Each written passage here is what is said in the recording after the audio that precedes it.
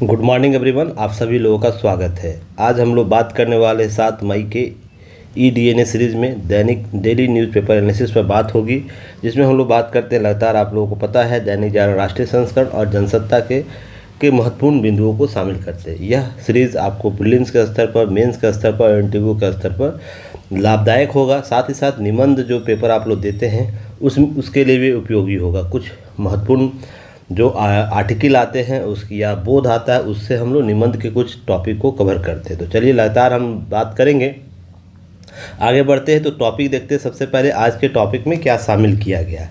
तो बहुत ही महत्वपूर्ण टॉपिकों को शामिल किया गया है, जैसे गीग वर्कर्स की सामाजिक सुरक्षा को बनेगा फंड, उसके लिए फंड बनाने का प्रयास किया जा रहा है। तो गीग इकोनॉमी क्या है, इसे हम लोग देखेंगे। भारत के लिए गीग इकोनॉमी क्या महत्व रखता है, क्या डाटा अपग्रेड हो रहा है, उससे भी संबंधित हम लोग बात करेंगे। नेक्स्ट टॉपिक पर आएंगे। भारत के सेवा क्षेत्र में वृद्धि हुई है, मार्च में 14 वर्ष के उच्चतम स्तर पर पहुंचा है। तो यह क्या प्रभाव डालेगा हमारे अर्थव्यवस्था में, तो उस एस्पेक्ट को भी समझने का प्रयास करेंगे। नोटा को और भी प्रभावी बनाने का दरकरार है, अर्थात कहने का मतलब जो चुनावी प्रक्रिया चलते उसमें एक विकल्प दिया जाता है जो मतदाता होते हैं कि उन्हें एक नोटा विकल्प चुनने का। तो वो क्या प्रक्रिया है, उससे संबंधित चुनाव सुधार क्या क्या किए गए हैं, सभी एस्पेक्ट हम लोग देखने का प्रयास करेंगे। अंतरिक्ष में तीसरी बार आज जाएंगी भारत के वंशी सुनीता विलियम्स। तो इस न्यूज़ को भी पीटी फैक्ट के तरीके से देखने का प्रयास करेंगे। देखिए, केस स्टडी आया है जिसे आप लोग को जरूर देखना चाहिए, समझना चाहिए। जैसे झारखंड के मंत्री के निजी सचिव, देखिए किसी मंत्री के निजी सचिव के नौकर के घर से 25 करोड़ बरामद हुए। अर्थात देखिए भ्रष्टाचार का स्तर किस लेवल से उसका डाइवर्सन हुआ है, जिसके आधार पर यह कहा जा सकता है पुख्ता सबूतों के आधार पर कि भ्रष्टाचार किस रूप से देश में जड़ें जमाए रखी है। तो इसी संदर्भ में हम लोग बात करेंगे भ्रष्टाचार क्या है, भ्रष्टाचार सूचकांक में भारत का स्थान क्या है, भ्रष्टाचार को रोकने के लिए योजनाएं भारत सरकार के द्वारा किस प्रकार से की गई है। साथ ही साथ संपादकीय में देखेंगे बदहाली से उबर नहीं पा रही है किसानी, तो इस तथ्य को भी समझने का प्रयास करेंगे। कुल मिलाकर आपको यूपीएससी और स्टेट पीसीएस के महत्वपूर्ण टॉपिक को आज शामिल किया गया है, तो अंत तक जरूर बने रहिए। और यह सीरीज आप लोग को यूट्यूब पर बिल्कुल फ्री मिलता है, जो लेक्चर आपको उपलब्ध कराया जाता है, बल्कि आपको इसके प्रीलिम्स, मेंस, इंटरव्यू और आपको नोट्स प्राप्त करने हैं, PDF प्राप्त करने हैं। तो उसके लिए ऐप डाउनलोड कीजिए युक्ति आइस का, ये विजिट करके वहाँ पर लॉगिन करके आप डाउनलोड कर सकते हैं PDF और साथ ही साथ वीकली टेस्ट आप दे सकते हैं मात्र 599 रुपये के मूल्य पर 1 साल की वैधता के साथ। बहुत ही कम प्राइस रखा गया है ताकि सभी बच्चे आप इसको अफोर्ड कर सके और अपने UPSC, BPSC, UPPCS, MPPCS, RS जैसे एग्ज़ाम में करेंट से जुड़े हुए जो भी प्रश्न है उसको बेहतर तरीके से सॉल्व कर सके। चलिए, लाइक शेयर सब्सक्राइब जरूर कीजिएगा, अपने दोस्तों के साथ, अपने मित्रों के साथ शेयर जरूर कीजिएगा। और इस बार कोड को स्कैन करके युक्ति आइस का ऐप ज़रूर डाउनलोड कर सकते हैं, या टेलीग्राम चैनल पर जाकर आप युक्ति आइस टाइप कीजिएगा तो हमें वहां पाइएगा, या इस बार कोड को स्कैन करके डायरेक्ट आप टेलीग्राम चैनल से जुड़ सकते हैं। विजिट कर सकते हैं www.yuktiais.in। सारी सुविधाएं जो ऐप पर दी गई वही सुविधाएं आपको वेबसाइट मोड पर भी दी गई। लाइक शेयर सब्सक्राइब के अतिरिक्त आप बेल आइकन को जरूर दबाइएगा ताकि सारे नोटिफिकेशन आप तक पहुँचे। चलिए आगे बढ़ते हैं। आगे बढ़ते देखते हैं सबसे पहले न्यूज़ क्या है। न्यूज़ में देखिए कुछ बातें हैं कि गीग वर्कर्स अर्थात गीग वो इकोनॉमी में जो असंगठित क्षेत्र के जो काम करने वाले श्रमिक हैं के साथ सभी प्रकार के गीग और प्लेटफॉर्म वर्कर्स को सामाजिक सुरक्षा के लिए सरकार फंड स्थापना करेगी। यह क्यों जरूरी है, ध्यान रखिएगा क्यों जरूरी है। हमारे देश में संगठित वर्कर्स के लिए या कामगार के लिए सामाजिक सुरक्षा कानून भी है, सामाजिक सुरक्षा कानून भी है, आर्थिक सुरक्षा कानून भी है और कार्यस्थल से संबंधित भी कानून है। संगठित कामगार इसे कहते हैं जिस पर हमें वेतन मूल्य मिलता है, वेतन भत्ता मिलता है, उसके आधार पर ये संगठित वर्कर्स कहे जाते हैं। असंगठित क्षेत्र जो भी होते हैं उसके लिए ध्यान रखिए, सामाजिक सुरक्षा कानून है, ना आर्थिक सुरक्षा कानून, ना कार्यस्थल पर संबंधित कोई कानून है। इसलिए ज़रूरी हो जाता है इन लोगों के लिए और लगातार बदलते दौर में कि इस क्षेत्र में इकोनॉमी के तौर पर या संगठित क्षेत्र में जो गीग वर्कर्स है वो महत्वपूर्ण भूमिका अदा कर रहे हैं। वो लगातार अपने योगदान को बढ़ा रहे हैं। उसके कुछ डाटा फैक्ट मैं अभी आपको दूंगा, उसके आधार पर समझ जाएंगे इसकी आवश्यकता क्यों है। अब ध्यान रखिएगा, गीग वर्कर्स से काम लेने वाली कंपनियां को अपनी कमाई का 1 से 2% तक योगदान देना पड़ सकता है। ऐसा बातें की जा रही है कि आने वाले समय में जो कंपनी है जो गीग वर्कर को काम करे असंगठित मजदूर, जैसे आप ओला, उबर, जोमेटो इस प्रकार के कुछ कंपनियों का नाम सुनते होंगे, जहां पर कुछ समय के लिए कुछ क्षेत्र विशेष के लिए कुछ खास सेवा आपूर्ति के लिए असंगठित रूप से उनको कोई मासिक नहीं दिया, जितना वो सामान का डिमांड होगा पूरा करेंगे उसी के अनुपात में उसको पैसा पे किया जाता है ना। ऐसा देखते होंगे, मान लीजिए एक दिन में वो 10 आइटम या 10 सेवा की पूर्ति कर रहे हैं तो उसी के अनुपात में उनको पैसा मिले। कोई व्यक्ति 100 कर रहा है तो उसको सेवा की जितनी आपूर्ति कर रहा होगा उसी के आधार पर पैसा मिल रहा होगा, और प्रत्येक के लिए वो मान लीजिए 100 रुपया फिक्स कर दिया है कि हम एक सेवा की आपूर्ति के लिए 100 रुपया देंगे। तो कोई व्यक्ति आपको 10 सेवा आपूर्ति करके 1000 रुपया ही कमा पा रहा है, कोई आपको 10,000 कमा लेगा। तो इस प्रकार से दोनों जगह असमानता होती है और दोनों जगह क्या होता है कि असंगठित होता है, कोई वेतनमान नहीं होता, कोई सुविधाएं नहीं दी जाती, कोई सामाजिक सुरक्षा नहीं दी जाती है, अर्थात किसी दुर्घटना में कुछ मुआवजा नहीं दिया जाता है। इस प्रकार से कठिनाइयाँ और भी उत्पन्न हो जाती। इसी के संदर्भ में सरकार यह नियम लाने का प्रयास करे। क्लियर हो गया। अब घरेलू सहायक और सहायिका को भी मिल सकेगी सामाजिक सुरक्षा, ऐसा बात करा। जो घर में काम करती है, एक मेड के तौर पर आपको या किसी प्रकार के बच्चे को बड़े करने के लिए मेड रखा जाता है, आपके कामों को घर में के कामों करने के लिए मेड रखा जाता है, खाना बनाने के लिए रखा जाता है। इस प्रकार के लोग घरेलू सहायक या सहायिका को भी सामाजिक सुरक्षा की बात की जा रही है, जो गीग वर्कर्स के तौर पर गिने जाते हैं। तो यह महत्वपूर्ण हो जाता है। तो चलिए अब सबसे पहले हम फंड के तौर पर देखते हैं कि गीग इकोनॉमी में इनका योगदान क्या है। देखिए, यह एक मुक्त बाजार प्रणाली होता है जिसमें समान रूप से हम अस्थायी पद इसे कहते हैं। असंगठित इसलिए इसे कहा जाता है क्योंकि अस्थायी होता है, इसकी कोई स्थायित्व नहीं रहता है। जब चाहे कंपनी या जो नियोक्ता है, जो नियुक्त कर रहा है, नियोक्ता, ठीक है, जो नियुक्त कर रहा है किसी भी कर्मचारी को या किसी प्रकार का निजी रूप से कोई आपको इसको संगठित रूप से इसे क्या कर रहा है, असंगठित रूप से उसे नियुक्त कर रहा अपने घर के लिए, उसके मन पर है या उसके बैलेंस शीट पर है कि वो कितने दिनों तक इस व्यक्ति को कार्य दिए हुए रखेगा। कोई व्यक्ति उसे लगातार कार्य दे सकता है, कोई व्यक्ति इसे नहीं दे सकता है, 1 से 2 महीना रखेगा तो इसकी स्थायित्व नहीं बनी रहती। इसलिए संगठन अल्पकालिक काल के लिए स्वतंत्र श्रमिकों और वर्कर्स के साथ साथ अनुबंध करते हैं। प्रायः उबर की बात हो, ओला की, स्विगी की, जोमेटो जैसी कंपनियां ऑनलाइन प्लेटफॉर्म बहुत होते हैं माध्यम से अस्थायी या लचीली प्रकृति की नौकरियां क्रिएट करती है। इसी के आधार पर इकोनॉमी आपको डेवलप होता है, जिसे गीग वर्कर्स की इकोनॉमी बोलते हैं या गीग इकोनॉमी बोलते हैं। क्लियर है।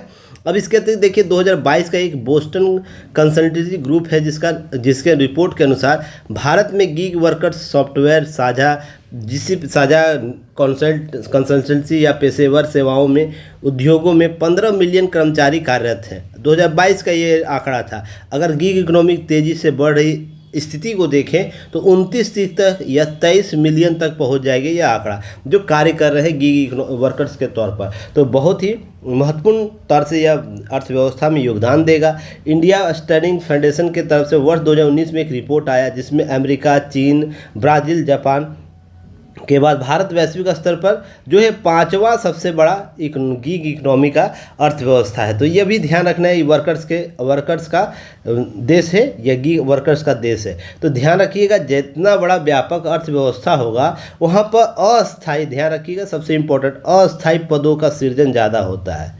रीज़न उसके पीछे है निजी कंपनियां जो है वो भागीदार बनती है। प्राइवेट कंपनियां जो है अधिक भागीदार बनती है, अधिक सेवाओं की आपूर्ति करती है, तो इसलिए गीग इकोनॉमी की महत्ता बढ़ जाती है। क्लियर हो गया। चलिए आगे हम बात करें भारत के लिए क्यों जरूरी है।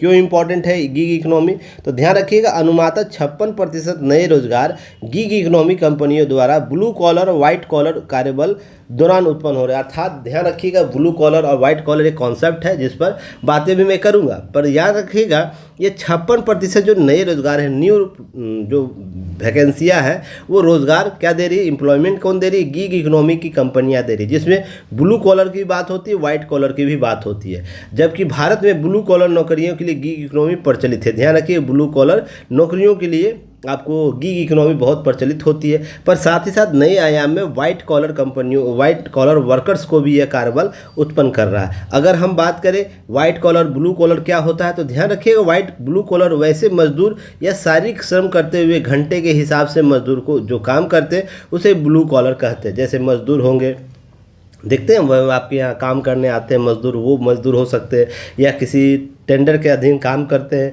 या किसी ऐसे कंपनी में काम करते हैं जैसे ओला, उबर, जोमेटो, स्विगी जैसे कंपनियां में जो घंटे के हिसाब से काम करते हैं। घंटे के हिसाब से काम करेंगे, उनको घंटे के हिसाब से पैसा मिलेगा, या सेवा की आपूर्ति, जितना सेवा वो आपूर्ति करेंगे एक दिन में घंटे के हिसाब से उनको उसके अनुपात में पैसा मिलता है। अगर व्हाइट कॉलर की बात करें तो वेतन भोगी पेशेवर होते हैं। जिस प्रकार से वेतन आप अगर मान लीजिए आप अधिकारी बन जाइएगा यूपीएससी में, बीपीएससी में, ए ग्रेड से लेकर सी ग्रेड का जितने भी कर्मचारी होंगे, आपको ध्यान रखिए वेतन भोगी पेशेवर कहलाते हैं। अगर आप यूपीएससी के लिए कर रहे हैं, बीएस क्लियर कर रहे हैं, पीसीएस स्तर की कोई कर्मचारी या किसी प्रकार का एसएससी, रेलवे या किसी प्रकार का जहां पर ए ग्रेड से लेकर सी ग्रेड की बात होती है, उसमें वेतन भोगी पेशेवर को हम लोग व्हाइट कॉलर कॉन्सेप्ट के तहत उसे शामिल करते हैं। ठीक है ना, इसका प्रबंधन के तहत होता है। गोल्डन कॉलर वर्कर उसे कहते हैं अत्यधिक कुशल ज्ञान वाले लोगों को समझ, जैसे कोई कौशल प्रोफेशनिस्ट है, जैसे वकील, डॉक्टर, शोध वैज्ञानिक आदि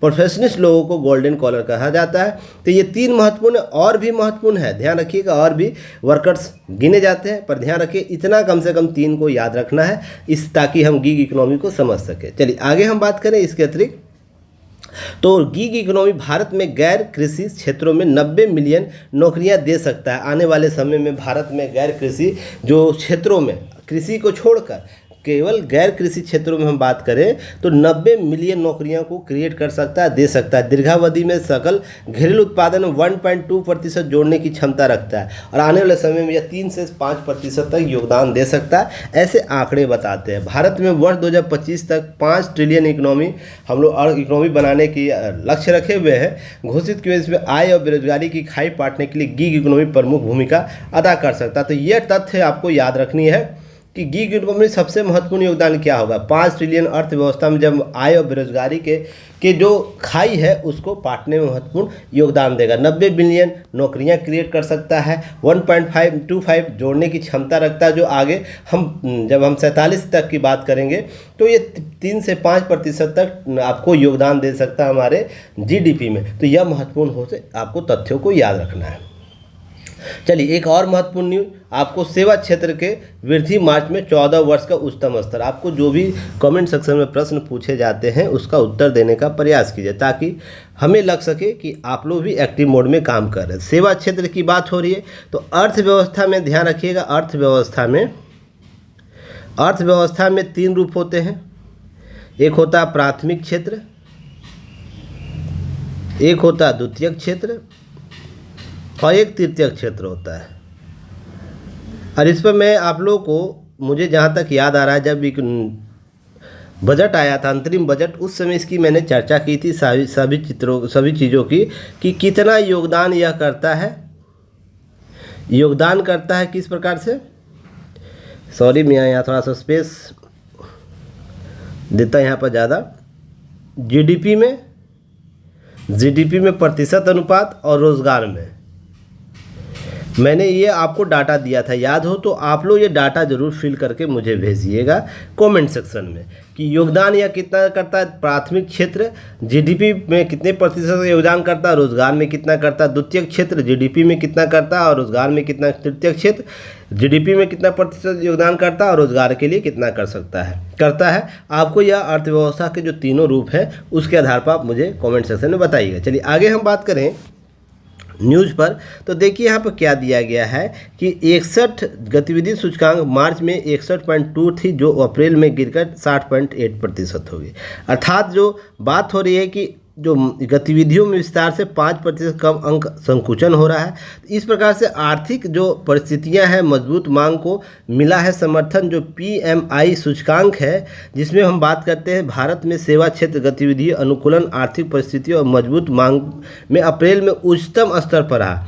जो यहाँ पर मौसमी घटनाओं के आधार पर बातें बदलती है। मैंने आप लोगों को बताया था कि जितना बेहतर मौसम भारत में आएगा उतनी ही समृद्धि अधिक होगी, क्योंकि कृषि कच्चा उत्पाद को पूर्ति करता है, कच्चे माल को पूर्ति करता है। तो इसलिए आपको यह ध्यान रखना है कि यह आने वाले सेवा में जितना वृद्धि करेगा, सेवा क्षेत्र वृद्धि करे या प्राथमिक क्षेत्र वृद्धि करे, इकोनॉमी को हमारा बूस्ट मिलेगा। और बूस्ट मिलेगा तो यह सर्किल जो मैंने 3 सर्किल बता रखा है, इकोनॉमिक ग्रोथ करेगी, मांग क्रिएट होगा, मांग की आपूर्ति के लिए कंपनियां बनाई जाएगी, कंपनियों में प्रोडक्शन होगा, प्रोडक्शन के आधार पर फिर आपको सेवा की आपूर्ति की जाएगी। यह सर्किल याद रखना है। यहाँ से कम इतनी फैक्ट जरूर याद रखें। कुछ डाटा दिया गया है, डाटा को एक बार देख लेना है आप लोग को। जो महत्वपूर्ण डाटा है उसको जरूर लिख लेना है ताकि कहीं यूज कर सके। आप इसे जरूर अच्छे से कवर करेंगे। देखिए मैंने कुछ शीर्षक भी ऐड किया है। 1 सेकेंड, देखिए ये शीर्षक आपको यूपीएससी के जीएस पेपर 3 में समावेशी विकास जो गिग इकोनॉमिक्स है, वर्कर्स है, उसके लिए आपको दिया जाएगा। अगर हम बीपीएससी की बात करें तो यह जीएस पेपर 2 में आपको मेंस के जीएस पेपर 2 जो है उसमें इकोनॉमी वाले पार्ट में पूछ सकता है। अगर हम यूपीपीसीएस की बात करें तो पेपर 3 में आपको पूछेगा। क्लियर है? आगे हम बढ़ते हैं। एक्चुअली कुछ बच्चों ने बोला था सर टॉपिक भी आप पहले लिखा करते थे, अब नहीं लिखते हैं, तो लिख दीजिए ताकि हम लोग और भी आसान हो सके। कोई बात नहीं, मैं आप लोगों के लिए मेहनत करने को तैयार हूँ, बस आप लोग मेहनत कीजिए। देखिए नोटा को और भी प्रभावी बनाने का दरकरार है। यह टॉपिक आपको यूपीएससी के जीएस पेपर 2 में आएगा। पारदर्शिता और जवाबदेहिता, संवैधानिक सुधार, ठीक है ना। प्रीलिम्स और मेंस दोनों फैक्टर में आपको फैक्ट में यह काम करेगा, इसलिए इसे अच्छे से देखिएगा। यहाँ से प्रीलिम्स के भी प्रश्न पूछे जाते हैं, मेंस के भी प्रश्न पूछे जाते हैं। अगर हम बीपीएससी की बात करें तो देखिए यहाँ पर 2 तरीके प्रश्न आपसे पूछे जाए। जीएस 1 के पेपर में करेंट का कुछ इशू होगा, वहाँ से भी प्रश्न पूछ सकता है, और जीएस पेपर 2 पॉलिटी वाले सेक्शन में आपसे प्रश्न पूछेगा। तो ध्यान रखना है, आपको इसी तरीके से तैयारी करनी है। यूपीपीसीएस अपने जीएस सिलेबस से मिला लेंगे। क्लियर है? तो क्यों ज़रूरत पड़ी है इसका? जब तक देश में नोटा की व्यवस्था नहीं थी तब तक चुनाव, अगर किसी को लगता था कि उसके अनुसार कोई भी उम्मीदवार योग्य नहीं है तो वोट डालने नहीं जाते थे, और इस तरह उनका वोट जाया हो जाता था। ऐसे में मतदान अधिकार लोग वंचित हो जाते थे। इसके बाद साल 2013 में न्यायालय ने मतदाताओं का नोटा का विकल्प देने का निर्णय किया। अर्थात एक पीटी फैक्ट आया कि 2013 से नन ऑफ द एबव का कॉन्सेप्ट आप लोग मतदाता लागू कर सकता है अपने। आपको ईवीएम मशीन है उसमें यह नोटा दिया रहता है। अगर उपरोक्त कोई भी उम्मीदवार आपको पसंद नहीं है तो आप अपने वोट को जायज़ मत कीजिए, इसको दबाइए तो आपके काउंट होंगे। पर ध्यान रखिए इसके साथ यह वैधानिकता नहीं दी गई थी। अगर यह जो कुल मतदाता का मान लीजिए वोट प्रतिशत 25% है और यह नोटा का ही आपको 25 से अधिक प्रतिशत हो जाए, अधिक प्रतिशत आ जाए, मान लीजिए 30% आ जाए, तो फिर भी इसी से कैंडिडेट को जीता जाता था। मैंने आप लोगों को हाल ही में फर्स्ट फॉरवर्ड वाला कॉन्सेप्ट समझाया था, फर्स्ट पासपोर्ट सिस्टम, जिसमें आप लोगों को ध्यान रखना है कि अगर इसमें से जो सर्वाधिक प्रतिशत लाए होंगे उन्हीं को जीता हुआ कैंडिडेट घोषित कर दिया जाता था। पर इस नोटा का कोई महत्व नहीं रह जाता था। यही वैधानिकता का जो लोप है, जिसकी मांग की जा रही है, इसको वैधानिक बनाया जाए, इसको कानून बनाया। अगर जो कुल वोट पड़े हैं, मान लीजिए कुल वोट पड़े हैं 50%, मान के चलिए 50%, तो यहाँ पर 2 विकल्प होंगे। सभी उम्मीदवारों को पड़े हैं वोट कितना, मान लीजिए आपको 20%, और नोटा को मिल गया है 30%। तो इसका मतलब यह है कि वैधानिकता जब मिल जाएगी तो उस जहाँ पर यह लोकसभा या विधानसभा क्षेत्र होगा, अगर वहाँ पर दिए गए पड़े हुए सभी मतदाताओं से अधिक अगर नोटा पर मतदान करने वाले जो जनता है वो कर देती है, तो इसकी लोग जो सभा है, जो क्षेत्र है, वो अघोषित कर दिया जाए, उस पर पुनः निर्वाचन किया जाए और दूसरा तक जो उम्मीदवार खड़े थे उनकी उम्मीदवारी समाप्त कर दी जाए, उसके जगह दूसरे उम्मीदवार को स्थान दिया जाए।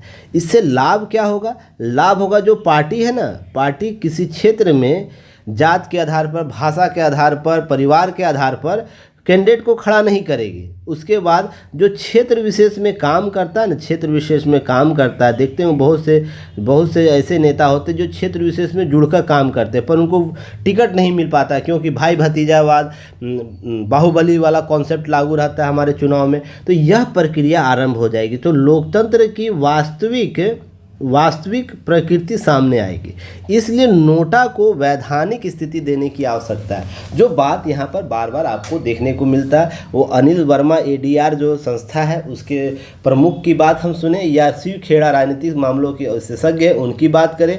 यहाँ पर चुनाव आयोग का नियम बनाना चाहिए कि यदि नोटा के बहुमत मिलता है तो निर्वाचन क्षेत्र में हुए चुनाव द्वारा रद्द घोषित की। जो मैं अभी आपको बात बताया, कॉन्सेप्ट यही है, बस अलग अलग तरीके कहने का। शिव खेड़ा अगर राजनीति विश्लेषक वो कहते असर करेगा, मैं कहूँगा असर कम होगा, क्योंकि आप लोग मुझे हल्के में लेते हैं। यहाँ समझने की बात है, मजाक कर रहा हूँ। जहाँ तक आपराधिकता का सवाल है, नोटा में कोई फर्क नहीं पड़ा, बल्कि आपराधिक मामलों वाले उम्मीदवारों की संख्या में वृद्धि हुई। नोटा अवधारणा यह थी कि पार्टियों के दागी उम्मीदवारों का मैदान में नहीं उतार। जब तक हम वैधानिक आधार नहीं देंगे तब तक क्षेत्र विशेष में काम करने वाले नेताओं की मांग नहीं बढ़ेगी, और मांग जब तक नहीं बढ़ेगी तो बाहुबल और अपराध वाली प्रवृत्ति के जो लोग हैं, और मैंने कुछ दिन पहले ही आप लोग को आंकड़े दिए हैं कि प्रथम चरण में, द्वितीय चरण, तृतीय चरण में कितने आपको उम्मीदवार ऐसे हैं जिन पर दाग लगा हुआ आपराधिक प्रवृत्ति के ADR का रिपोर्ट मैंने आप लोग को दिया हूं। तो यह सब आंकड़े आपको एक दूसरे के साथ जोड़कर काम करने हैं। अब इन देशों में लागू है नोटा: अमेरिका, कोलंबिया, यूक्रेन, रूस, Bangladesh, Brazil, Finland, Spain, France, Chile, Sweden, Belgium, Greece सहित अब तक इस सूची में 14वें नंबर पर भारत भी शामिल है। अब मैं आप लोग को क्या बोलूँ, देखिए पेपर कितना बेहतर आप लोगों को डाटा देता है, वो PT के स्तर पर हो, मेंस के स्तर पर हो, इंटरव्यू के स्तर पर हो। यहीं से आपको प्रश्न पूछे जाते, अलग अलग तरीके से पूछे जाते। आप विश्वास मानिए 365 दिन काम कीजिए बस पेपर पर, और पेपर में जितने तथ्य दिए जा रहे हैं उसको बस की नोट्स के तौर पर आप लोग शामिल करते जाइए। और जो मैं आप लोगों को कंसाइज करके दे रहा हूँ उसका नोट्स अगर बना लेते हैं तो आपको करेंट को लेकर कोई इशू नहीं होगा। उसके मेंस के, PT के जो कोर सेक्टर है, कोर टॉपिक है, उस पर कोई दिक्कत नहीं होगी, क्योंकि यहीं से प्रश्न आपको पूछे जाएंगे। प्रीवियस ईयर क्वेश्चन निकाल के देखिए यहाँ से प्रश्न पूछे या नहीं है। देखिए यहाँ पर बात की गई है, सुप्रीम कोर्ट मतदाताओं का नन ऑफ द एबव यानी उपरोक्त में से कोई नहीं पर मुहर लगाने का अधिकार दिया था 2013 में, आप लोगों को याद है। अब यह मतदाता अपनी नापसंदगी को जताने का हक रखते हैं। सुप्रीम कोर्ट 2013 में नोटा का अधिकार देने को स्वीकार किया। ये सब बात हुई, राइट टू रिजेक्ट की बात होती है। पर अभी अगर 99% मत भी नोटा पे मिल जाए तो असर चुनाव पर नहीं पड़ेगा, क्योंकि यहाँ पर फर्स्ट फॉरवर्ड वाला कॉन्सेप्ट अपनाया गया है, फर्स्ट पास्ट पोस्ट सिस्टम अपनाया गया है, जिसमें जो सबसे अधिक प्रतिशत प्राप्त किया है कौन? उम्मीदवार, उसे ही क्या किया जाता है? घोषित कर दिया जाता है विजयी। यही है ना। अगर मान लीजिए नोटा में 90% वोट पड़ गया, नोटा में N पर, और कुल उम्मीदवारों को पड़ गया 10%। अब 10% में सबसे अधिक किसे मिला है वोट, उसे ही उम्मीदवार घोषित। किसी को मान लीजिए 6% मिल गया है, बाकी को मिला है 2%, एक ऐसे प्रतिशत मिला है, तो इस 6 वाले को विजयी घोषित कर दिया जाएगा। और यह ध्यान रखिएगा, यह विकल्प हमारे जनप्रतिनिधि अधिनियम 1951 के तहत ही निर्धारित है। इसलिए नोटा को अगर विकसित करना है, लोकतंत्र को विकसित करना है, तो इसे जरूर आपको वैधानिकता के आधार पर लाना होगा। अभी इसके अतिरिक्त हम बात करें कि चुनाव वोट नोटा का बढ़ा है प्रभाव, तो आंकड़े दिए गए वर्ष 2013 में विधानसभा चुनाव नोटा के खाते काफ़ी वोट दिए गए थे। अब तीसरे नंबर पर यह नोटा रहा था। 2014 की लोकसभा चुनाव की हम बात करें तो ध्यान रहे 60 लाख मतदाताओं और 2019 में 65 लाख मतदाताओं ने नोटा का विकल्प चुना था। तो विकल्प चुना था। राजनीतिक विश्लेषक का कहना था कि राजनीतिक बढ़ते अपराधीकरण को रोकने के लिए नोटा का विकल्प एक कारगर हथियार है, लेकिन इसकी वैधानिकता की बात आती है तो वहाँ पर अभी सुधार की बात हो रही है। यहाँ पर ऐसे ही बात हो रही है, आपराधिक मामलों वाले उम्मीदवारों की संख्या बढ़ी है। अगर पिछले 5 वर्षों में राज्य विधानसभा के चुनाव और लोकसभा चुनाव के संयुक्त रूप से नोटा के 1.29 करोड़ अधिक वोट मिले हैं। तो देखिए इस प्रकार से आम और लोकसभा का चुनाव होता है और विधानसभा दोनों के चुनाव के आपराधिक मामलों वाले उम्मीदवारों की संख्या वृद्धि हुई। एसोसिएशन फॉर डेमोक्रेटिक रिफॉर्म जो है ADR एक रपट देता है, हर बार आप लोग ये रपट प्रस्तुत करता है, रिपोर्ट देता है। पिछले दशक में अपने खिलाफ घोषित आपराधिक मामलों वाले सांसदों की हिस्सेदारी बढ़ी है। 2009 में 30% जो निर्वाचित सांसदों के खिलाफ आपराधिक मामले थे जो बढ़ गए हैं। 2009 की बात करें, लोकसभा चुनाव में ADR द्वारा विश्लेषण किए गए 543 विजेताओं में से 162 30% अपने खिलाफ आपराधिक मामलों की घोषित किया था। अगर 76% है, जिसमें 14 के खिलाफ गंभीर आपको आपराधिक मामले थे। 2019 के जो चुनाव हुए थे उसमें 43% और 29% दायरे किस तरह की गंभीर आपराधिक मामलों वाले सांसदों की बात की गई। अब ध्यान रखिएगा ये सब मामले आपको लगातार दिए जाते हैं। अब सबसे ज़्यादा नोटा वाली सीटों पर 5 बिहार की हैं। अगर वर्ष 2019 में हुए लोकसभा चुनाव की बात करें, आंकड़े देखें तो 10 लोकसभा सीट सबसे ज़्यादा नोटा का वोट पड़े, उसमें से 5 संसदीय क्षेत्र केवल बिहार के हैं। बिहार किस प्रकार से जागरूकता के लिए काम कर रहा है इसको भी रेखांकित करने की आवश्यकता है कि अपने अतिरिक्त जिसमें 3 SC के लिए आरक्षित है। इससे साबित होता है कि राजनीतिक दल उम्मीदवारों के चयन में समाधान नहीं रहे और नोटा को हैसियत बढ़ती है।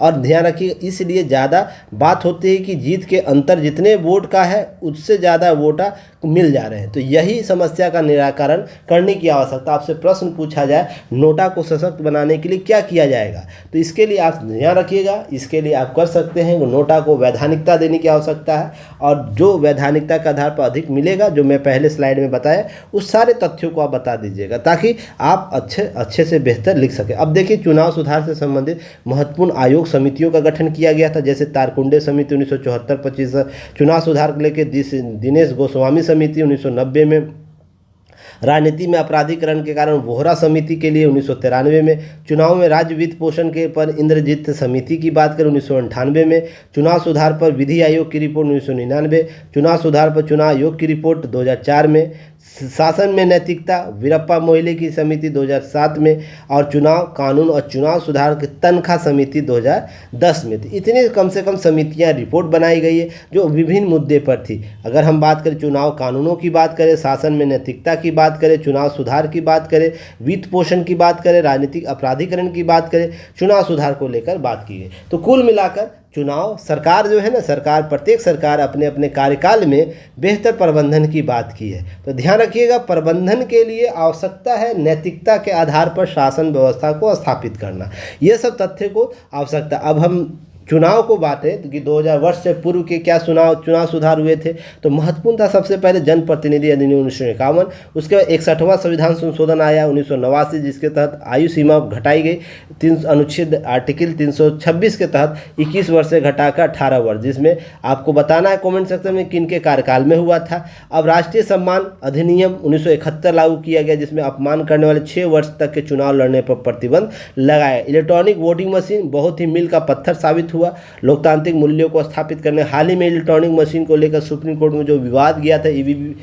वीवीपैट को लेकर, उसमें वैधानिकता को स्थायित बनाया गया। चुनाव आयोग आपको जो सुप्रीम कोर्ट है, माननीय सुप्रीम कोर्ट ने इसकी वैधानिकता को समान रूप से जारी रखा। तो यह भी ध्यान रखना है कि वर्ष 1988 में संसद के द्वारा यह कानून पास किया गया और जनप्रतिनिधि अधिनियम 1951 में जोड़ा गया, ईवीएम को जोड़ा गया। और ईवीएम का प्रथम उपयोग कब हुआ? 1998 में राजस्थान, मध्य प्रदेश और दिल्ली के चुनावों के दौरान किए गए। और पूरे राज्य में कब लागू किए? 1999 के गोवा विधानसभा के चुनाव में प्रथम बार उपयोग ईवीएम के पूरे राज्य में किया गया। एक कमेंट सेक्शन में मुझे बताइए लोकसभा चुनाव में कब लागू किया गया, किस क्षेत्र से लागू किया, लोकसभा में कब लागू किया लोकसभा के चुनाव में, कमेंट सेक्शन में मुझे जरूर बताइएगा आप लोग। चलिए नेक्स्ट बात करें तो के बाद जो चुनाव सुधार हुए, तो एग्जिट पोल पर प्रतिबंध लगाया गया, चुनाव से पूर्व एग्जिट पोल नहीं करा सकते, चुनावी खर्च पर सीलिंग लगाई गई, चुनाव सीमा घटाया गया। तो मुझे बताइएगा, हाल ही में मैंने आप लोगों को चुनाव सीमा को लेकर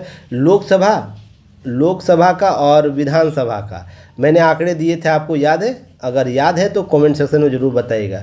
बड़े राज्यों के लिए, छोटे राज्यों के लिए, दोनों के लिए मैंने बता रखा है ना। तो आप लोग को बताना है कितने कितने हैं।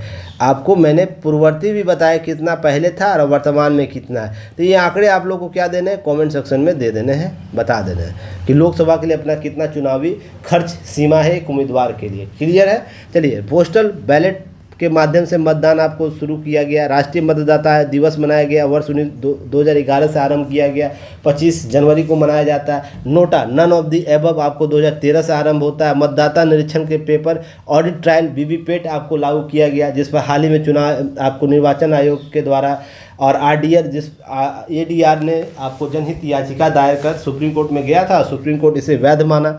जो प्रत्येक मतदान के लिए जो बातें चल रही थी, वहाँ केस चल रहा था, उसको खारिज करते हुए आपको चुनाव आयोग के संदर्भ में ही निर्णय दिए गए। तो ये सब मुद्दे आपको ध्यान रखना है। अब देखिए, अंतरिक्ष में जाएगी, तीसरी बार जाएंगी भारतवंशी सुनीता विलियम्स। तो यह कितना पीटी फैक्ट है आप लोग को ध्यान रख सकते हैं। अगर हम बात करें सुनीता विलियम्स के बारे में, तो ये 98 वर्ष की है और जो बुच वोल्मोर के अंतरिक्ष स्टेशन से जाएंगी या अंतरिक्ष अभियान शुरू करेंगी। पहले सुनीता ने कहा थी, लंबे समय के इस क्षण की प्रतीक्षा कर रही थी और भारतीय समय अनुसार वो आज ही 8:04 बजे आपको क्या यूनाइटेड लॉन्च किसी एलायंस, याद रखिएगा, एटलस वी रॉकेट से लॉन्च होगी और 15 मई को धरती पर वापस आएगी। तो लंबे समय के लिए जा रही है। इससे पहले वो 2006 में, 2012 में भी अंतरिक्ष में जा चुकी, 322 दिन वो बिता चुकी अंतरिक्ष में।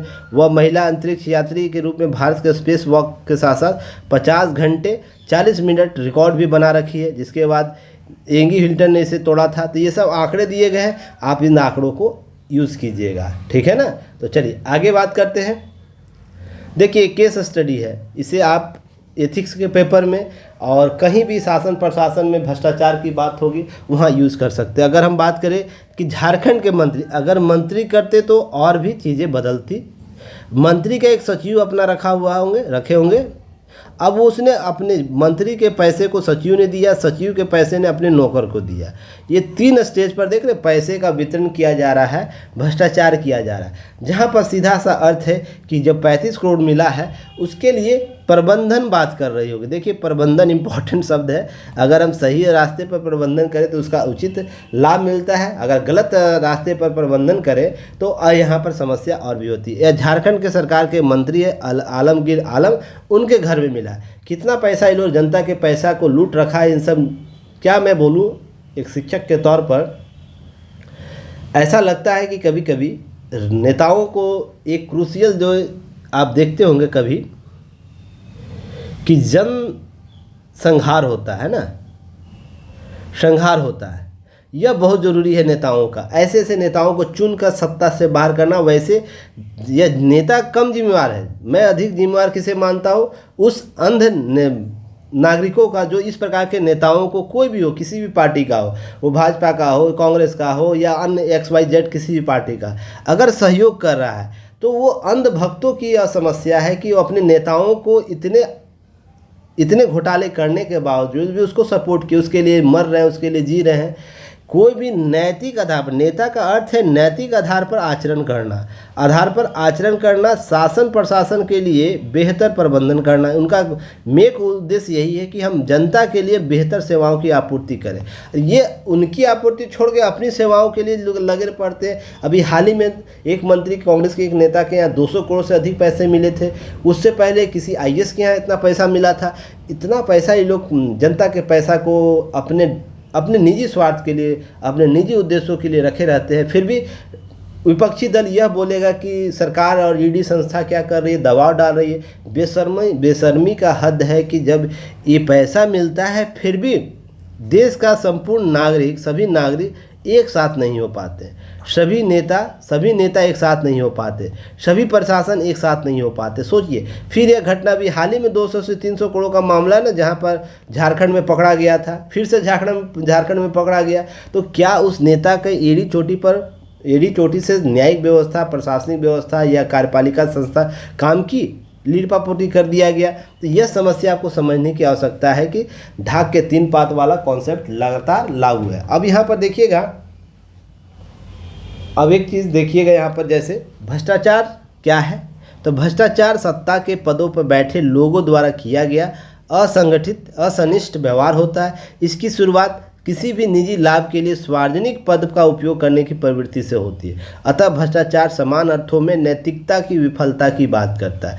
जो अधिकार आपको दिए गए हैं संविधान के द्वारा एक पद के तौर पर, आपका पद कुछ भी हो सकता है, सार्वजनिक पद हो सकता है या निजी पद हो सकता है। सार्वजनिक पद में आप मंत्री हो सकते हैं या नौकरशाह हो सकते हैं। अस्थायी कार्यपालिका या अस्थायी कार्यपालिका की बात मैं कर रहा हूँ, नौकरशाह हो सकते हैं, जिसमें यह अस्थायी कार्यपालिका होते हैं, कार्यपालिका होते हैं या अस्थायी कार्यपालिका होते हैं, यही होता है ना कार्यपालिका, जो दोनों क्या है, कार्यपालिका के अंग है, कार्यपालिका के अंग है अर्थात प्रशासन का अंग है। यही बात है,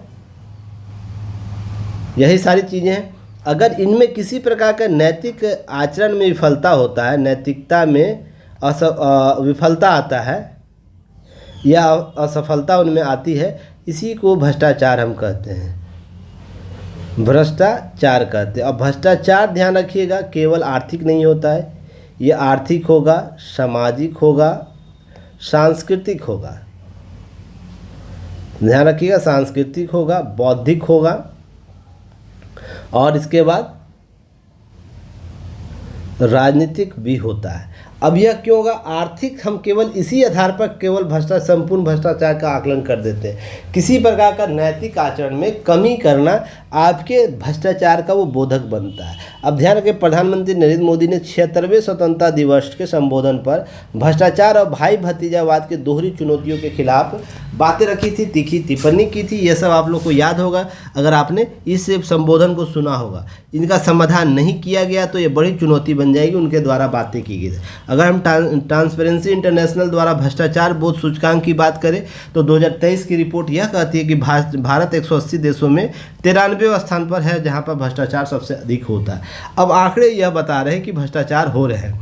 अब मुझे बताइएगा आप लोग कमेंट सेक्शन में, ट्रांसपेरेंसी इंटरनेशनल संस्था कौन सी, इसकी स्थापना कब हुई, इसका मुख्यालय कहाँ है, वर्तमान इसके निदेशक कौन है, इतना कमेंट सेक्शन में आप लोग को जरूर बताना है। और सभी लोग कमेंट सेक्शन में उत्तर दीजिएगा, ठीक है ना। ऐसा नहीं कि हवाबाजी करते रहिए, सर मुझे आपको करंट आप क्यों नहीं भेजते हैं, करंट क्यों नहीं आता है, क्यों का सवाल मत कीजिए। आप क्यों के जगह पर सवालों का जवाब दीजिए, सवालों का जवाब दीजिए, ठीक है ना, ज़्यादा उपयुक्त होगा। आप लोग को अगर मान लीजिए 1 दिन 2 दिन नहीं मिलता है तो इससे क्या समस्या है। समस्या का आप पहले के वीडियो देखिए, पूर्व का वीडियो बार बार देखिए। मैं क्या ट्रांसपेरेंसी इंटरनेशनल पहली बार चर्चा कर रहा हूँ, भ्रष्टाचार की मैं पहली बार चर्चा कर रहा हूँ। आपको 256 से अधिक वीडियो पड़े हैं, जाके देखिए, लगातार देखिए, आपको हर वीडियो में एक नई चीज़ सीखने को मिलेगी।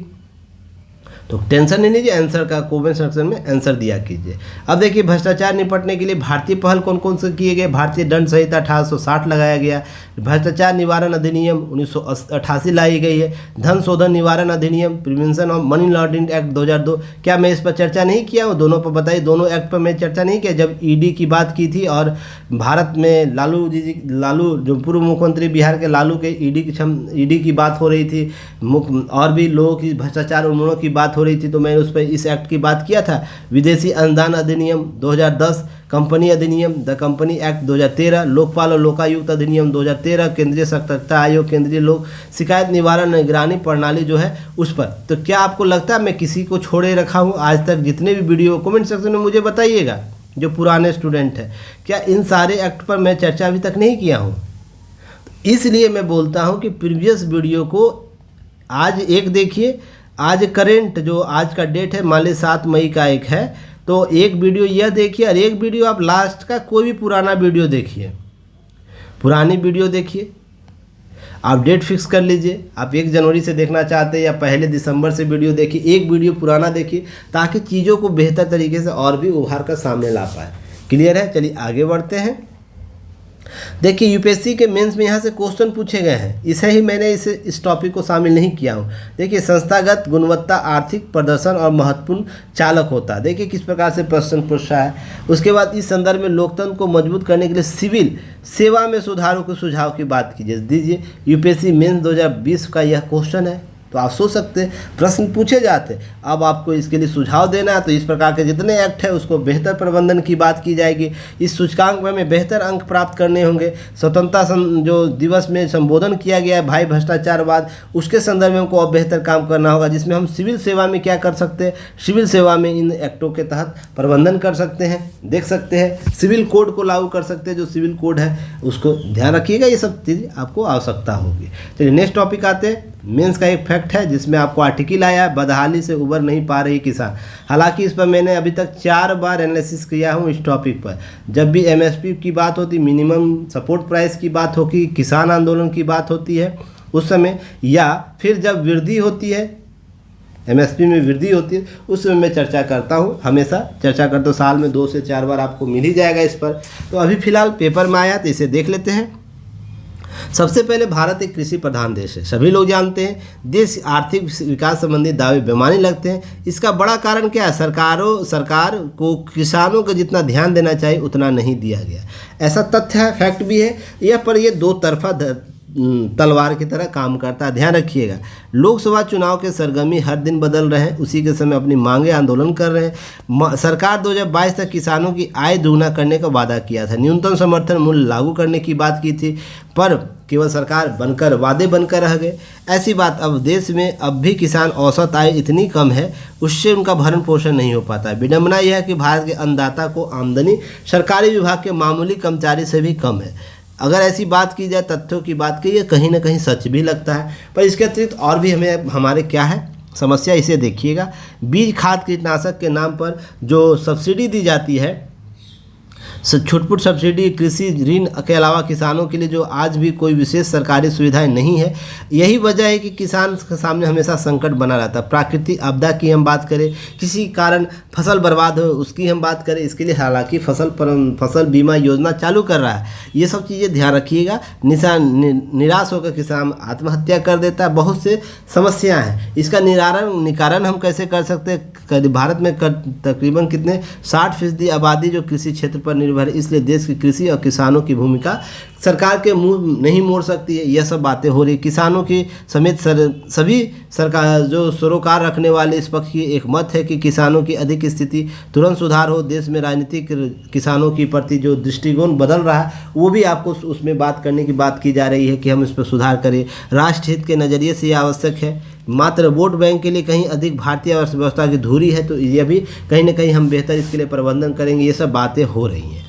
आगे चल के बात करते हैं तो देखिए यहाँ पर क्या हो रही है, इनका क्रियान्वयन ठीक नहीं हो रहा है। हम बात करें राष्ट्रीय कृषि विकास योजना की, राष्ट्रीय खाद्यान्न सुरक्षा मिशन की, राष्ट्रीय बागवानी मिशन जैसे योजनाएं तो चल रही हैं, लेकिन सही तरीके से क्रियान्वयन इसके बार बार आपको आंकड़े सामने आते हैं वीडियो के माध्यम से, सोशल मीडिया या अन्य बहुत से यूट्यूबर से इसके पर्दाफाश कर रहे हैं कि प्रबंधन नहीं बेहतर हो रहा है। तो यहाँ पर ध्यान देने की आवश्यकता है कि जब हम द मिलेनियम प्रोजेक्ट की रिपोर्ट की बात करते हैं, 2040 तक भारत की आबादी 1,97 करोड़ हो जाएगा। तो ध्यान लगभग हम लोग 2 करोड़ के आसपास, 2 अरब के आसपास होंगे। तो ऐसे सभी भोजन को उपलब्ध कराने की बड़ी चुनौतियों, क्योंकि कृषि क्षेत्र में जिस घोर संकट से फंसा हुआ है, उसका बड़ा कारण है किसानों की खेती होता मोहभंग।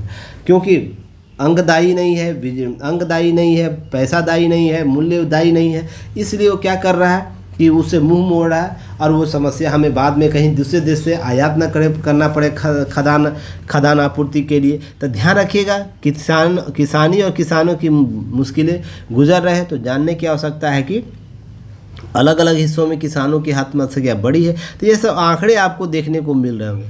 कुल मिलाकर बात की जाए तो किसान क्यों खुद को असहाय समझ रहे हैं, यह सबसे बड़ा प्रश्न है। उसके 2 कारण आप समझने का प्रयास कीजिएगा। एक, सरकारी स्तर पर सहयोग की बात होती है, एक निजी हाथों से सहयोग की बात होती है। पर यहाँ ध्यान रखिए, हमारे देश में केवल सरकारी स्तर पर ही सहयोग की जा रही है। किस तरीके से? सब्सिडी, है ना, सब्सिडी हम लोग देते हैं, सब्सिडाइज देते हैं। और ध्यान रखिएगा, इसके लिए हमारे पास विकल्प क्या है? WTO का प्रबंध आपको देखना पड़ता है, उसके नियम शर्त है, उसी के अनुसार हम दे सकते हैं। पर इसके अतिरिक्त और भी सरकार बहुत सी योजनाएं ला रही हैं, पर योजनाओं का लाभ कौन ले रहा है? जो बाहुबल नेता है, बाहुबल किसान है, बड़े किसान हैं, वो लाभ ले रहे हैं, क्योंकि प्रशासन और राजनीतिक तौर पर हमें भ्रष्टाचार का सामना करना पड़ता है, जिसके कारण इस प्रकार के हेर फेर हो जाती है। तो वास्तविक रूप से जो छोटे किसान हैं, जो छोटे मंझले किसान हैं, उनको लाभ ही नहीं प्राप्त होता है। और सबसे ज़्यादा कृषि आपको इस क्षेत्र में आपको करने को मिलता है, देखने को मिलता है। तो यह समस्या यही होती है। अब यहाँ पर दूसरी निजी हाथों की हम बात करें तो निजी हाथ को अवसर ही नहीं दिया गया है कि वो लाभ पहुँचा सके। और यह जब पहुँचा सके, अब ध्यान रखिएगा, जब इनको दिया जाता है तो देश में विरोध शुरू होता है। इसके दो कारण समझने का पर्याय। एक तो पूर्ववर्ती घटनाएं ऐसी जहां पर शोषण किया गया इनके द्वारा। निजी कंपनियां बाहर विदेश से आई तो क्या किया? देश में शोषण ही किया था। वर्तमान में हम 47 की बात करें, बहुत सी कंपनियां, बड़ी बड़ी कंपनियां क्या करती है? बड़े बड़े प्लॉट खरीद कर खेती करती, तो छोटे किसान इससे शोषित हो जाते हैं। दूसरा कारण इनके लाभ हित भी है। जो लाभ हित को ध्यान में रख कर फसल का उत्पादन करते हैं, तो यह भी एक फसल चक्र को नुकसान करता है। तो यह देश में विरोध की प्रवृत्ति। तो हमें दोनों स्तर पर क्या करना है? सुधार के विकल्प लेने होंगे। उसके लिए हम लोग क्या कर सकते हैं? सबसे इम्पोर्टेंट हम क्या कर सकते हैं? देखिए, जो भी नियम बनाए गए हैं ना, उसको कड़े से पालन करें। कुछ नहीं करना है, पालन करना है। जो सक्षम है उसको दूर कीजिए, जो असक्षम है उसको पूर्ति कीजिए। सीधा सा अर्थ है, दूर कीजिए और जो असक्षम उसकी पूर्ति कीजिए। दूसरा, जो भी योजनाएं दे रहे हैं ना, उसके लिए वित्त का प्रबंधन निजी हाथों से करवाइए, क्योंकि सरकारी योजनाओं में मद जो दिए जाते हैं निर्धारित होते हैं। अगर हम वित्त का प्रबंधन निजी हाथों से करवाएंगे, उसके लिए हम विकल्प ढूंढ सकते हैं, R&D कर सकते हैं, कैसे रिसर्च एंड डेवलपमेंट कर सकते हैं, कैसे योजनाओं में वित्त का प्रबंधन अतिरिक्त से, मान लीजिए 100 रुपया इस हमको खर्च है, किसी में 1000 रुपया खर्च है किसी योजना के लिए, केवल सरकार 1000 ही देगी, तो हम 1000 रुपये को है ना बांटेंगे जितने भी लोग होंगे उसमें। अब निजी हाथों में वित्त का प्रबंधन हम देंगे, उसके लिए हम एजेंसी बना सकते हैं, उसके लिए हम मंत्रालय या विभाग को क्रिएट कर सकते हैं, जो केवल यही काम कर सकता है, केवल वित्त का प्रबंधन करेगा। वो निजी और सार्वजनिक दोनों हाथ हो सकते हैं उसके लिए।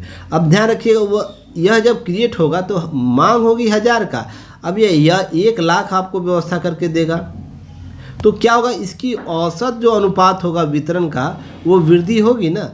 इसलिए निजी हाथों में मैं बोल रहा हूँ कि इसको वित्त का प्रबंधन करने के लिए, हालांकि अंतिम जो निर्णय वो सरकार ही लेगी, पर वित्त का प्रबंधन कहाँ से होगा उस योजना के लिए, वो क्या क्या इसके लिए एस्पेक्ट लगा सकता है, उसके लिए कुछ उसको भागीदारी बनाइए, ताकि क्या होगा? भागीदारी बनाने से अतिरिक्त मद क्रिएट कर सकेगा वो निजी हाथ। तीसरा आपको क्या करना होगा? तीसरा करना होगा, किसानों को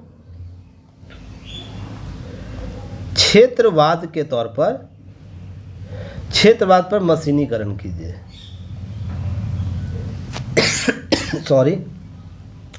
मशीनीकरण कीजिए। जिस क्षेत्र में जिसकी आवश्यकता है उसको विकसित कीजिए। अब केवल भारत का यही क्षेत्र सबसे उपजाऊ नहीं है ना। अब भारत के अन्य क्षेत्रों में नई क्षेत्र डेवलप हो रहे, जहाँ पर हम फसल पद्धति को बदलकर, विविधीकरण को अपनाकर कृषि उत्पाद को हम बढ़ा सकते हैं। तो यह बड़े पैमाने पर हम कर सकते हैं। फिर उसके बाद WTO का जो मुद्दा है ना, WTO का मुद्दा जिसमें हम सब्सिडी की बात कर रहे हैं, सब्सिडी मत दीजिए। सब्सिडी के स्थान पर क्या कीजिए? आप है ना वित्त का वितरण कर दीजिए। वित्त का वितरण किसके आधार पर कीजिए? वित्त का वितरण मदों के निर्माण के आधार पर।